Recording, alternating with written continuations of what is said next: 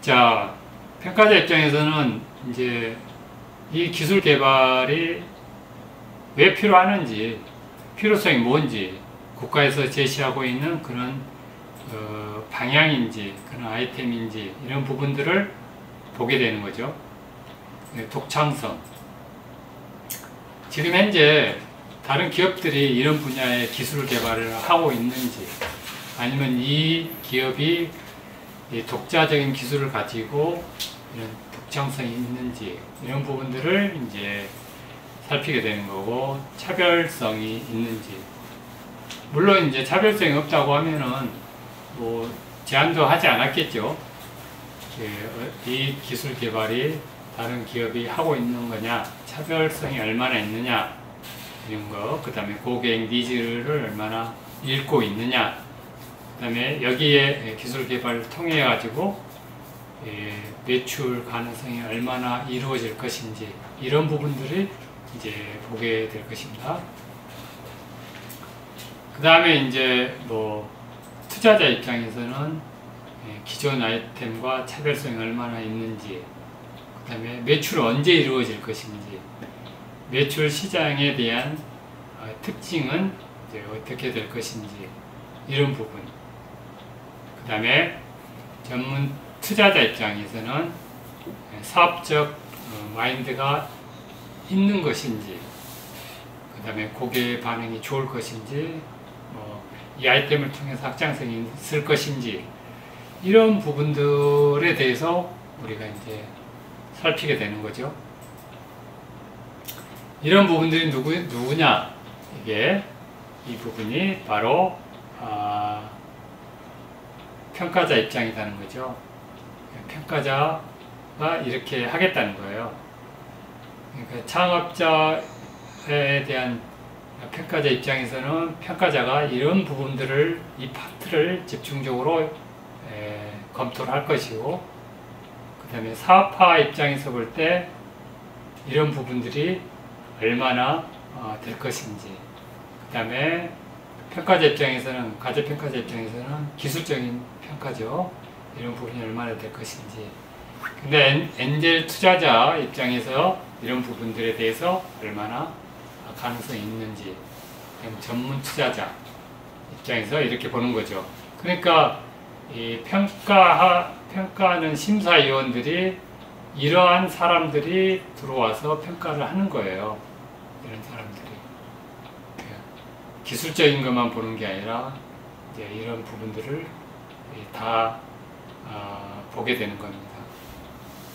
그래서 전문 투자자 입장에서 볼 전문 투자자 한 사람이 입장을 하게 되는 거고, 엔젤 투자자 입장에서 한 사람이 입장을 하는 거고, 그 다음에 이제 기술성이나 독창성, 차별성, 그 다음에 기술력, 뭐 이런 부분들, 사업화 과제에 대한 평가는 이제 교수님들이 한 3분 정도 이렇게 들었고, 그 다음에 이제 마케팅 분야에 있는 분이 이제 이런 한 사람이 이런 분야를 이렇게 여러분들이 검토할 것입니다. 또 평가를 하게 되는 거죠.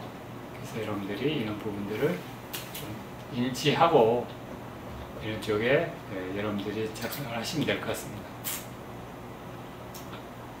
이제 뭐 과제들이 이제 이런 부분들이 이제 이거는 이제 단편적으로 이런 부분이 있다라고 보여주는 것입니다. K 유니콘이라든가 보소장, 강소기업, 보소장, 스타트 기업에게 주는 이런 금액이 있어요. 그 다음에 이거는 이제 창업자 위주로, 작은 기업, 중소기업 위주로 이런 부분들을 이제 지원을 해주는 거죠. 특히 이제 스타트 기업한테는 뭐 2, 3억 정도의 기업 자금을, 개발 자금을 지원해주고, 여기에 전담 기관은 이제 창업 기술원에서 하게 되는 거고, 규모는 이제 한 30개에서 50개 정도 회사한테 주게 되는 것입니다. 그다음에 강소기업은 이제 기술 보증기금에서 이제 관여를 하게 되는 거고, 여기도 뭐 한 5억까지 지원해 주죠. 여기도 한 50개사에서 이제 지원을 해주게 됩니다. 창업진흥원에서는 또 유니콘 사업을 5억까지, 여기도 뭐 한 50개까지. 이거는 이제 창업한 아주 중소기업에 대해서 이런 정도의 지원을 해주고, 이제 어느 정도 중소기업이 이제 좀 성장세를 보인다고 하면은 다른 중소기업부라든가 이런 쪽에서 각 부처에서 해주는 사업은 이제 훨씬 많죠. 한 번에 뭐 10억에서 뭐 100억 정도의 기업한테 기술 개발 자금으로 지원해 줍니다. 그래서 우리 회사가 어느 정도 기반이 되고 그렇다 그러면은 이제 각 부처에서 지원해 주는 그런 아이템을 발굴하면은 10억에서 100억 정도의 R&D 사업 자금을 주기 때문에 그쪽에 눈여겨봐야 되고, 창업 기업이다 그러면 이쪽에 눈여겨봐야 될 것입니다. 그 다음에 이제 여러분들이 R&D 과제, 특히 R&D 과제 같은 경우는 금액이 크기 때문에 독자적으로 참여를 해도 되고 컨소시엄으로 협업해서 해도 되겠습니다. 디딤돌 창업과제라든가 전략형 창업과제 뭐 이런 부분들은 주로 5억에서 지원을 해주게 되는 거고, 중소기업 육성 이런 쪽에서는 이제 뭐 30억 내외로 이런 쪽에서 과제를 지원해 주게 되는 것입니다. 그래서 이제 지원을 받는 그런 기업은 7년 이내, 창업한 지 7년 이내여야 되고 매출이 20억 이하인 기업들, 그 다음에 3년 이내 창업 기업들한테 이런 5억 이내 이제 이런 기업들한테 지원을 해주게 되는 거죠. 그 다음에 이제 R&D 과제는 이제 그런 작은 기업보다도 중소기업 어느 정도 기반을 닦은 기업한테 이제 해주는 것이니까 7년 이상이 된 기업들은 R&D 과제 쪽에 참여하시는 게 좋습니다. 7년 이상 되면 어느 정도 기반을 다졌다고 생각하고 뭐 10억에서 100억 사이에 예산을 지원해 주기 때문에 그쪽에 눈여겨보는 게 좋을 것 같고요.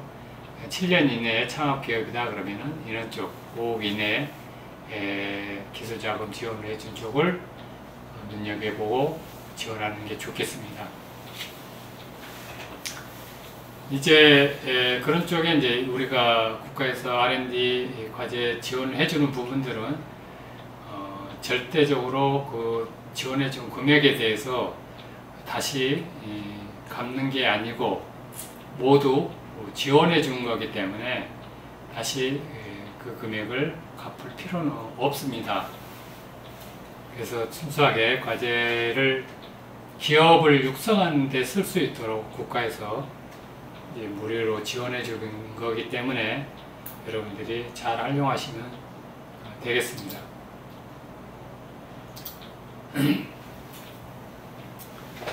먼저 사업계획서를 작성하기 전에는 여러분들이 이런 부분들을 좀 파악해 보는 게 좀 괜찮을 것 같습니다. 먼저 사업공고 내용을 파악해 봐야 되는데요. 사업의 개요 쪽에 자, 사업명이 뭐냐, 사업 목적이 뭐냐, 주요 내용이 뭐냐, 사업별 추진 체계가 어떻게 되느냐, 이 부분을 여러분들이 잘 인지해야 돼요. 그래서 이 사업명을 보면은 사업명에 대해서 어떠한 기업들이 어떤 사업에 참여를 해라라는 게 암시적으로 여기 들어있어요. 이 암시적으로 들어있는 이 부분을 여러분들이 이제 잘 봐야 되는 거죠. 근데 이 사업명에서 제시하고 있는 암시적인 기업들, 유형을 여기에 제시를 하고 있는데, 우리 기업이 이 사업명의 암시적인 기업 속에 속하지를 않는데 이 사업에 참여를 하게 되면은 너무 에너지 손실이 크겠죠. 그래서 이런 부분들을 잘 여러분들이 분석을 해야 됩니다. 사업 목적이 무엇인지, 단순하게 연구 개발의 R&D 사업인지, 또는 상용화 사업인지, 또는 뭐 어떤 시제품을 만들기 위한 사업인지, 또는 실증 사업인지, 그런 부분들을 잘 살펴야 되겠고, 그러면은 이제 내용이 무엇인지, R&D를 한다면은 R&D를 어떤 내용으로 해야 되고, 실증 사업이면은 실증 사업이 어떻게 해야 되고, 그 다음에 그 회법은 어떻게 해야 되고, 뭐 그런 내용들이 여기에 들어가 있죠. 그 다음에 이제 상용화 사업은 이제 어떠한 연구 개발을 해야 되는 건지, 그런 개발 내용을 포함해서 이제 상용화를 어떻게 시킬 것인지, 이런 것들이 여기 다 들어있어요. 사업별로 추진 체계가 어떻게 되어 있는지, 이걸 여러분들이 가장 중요시 봐야 되는 것입니다. 이거를 사업 개요를 여러분들이 파악하지, 분석을 못하게 되면은 나중에 이제 섭지를 여러분들이 에너지를 많이 소비해 버리는 거죠. 그래서 시간과 에너지를 아끼기 위해서는 이 부분을 반드시 잘 살펴야 된다는 거, 분석을 잘 해야 된다는 거죠.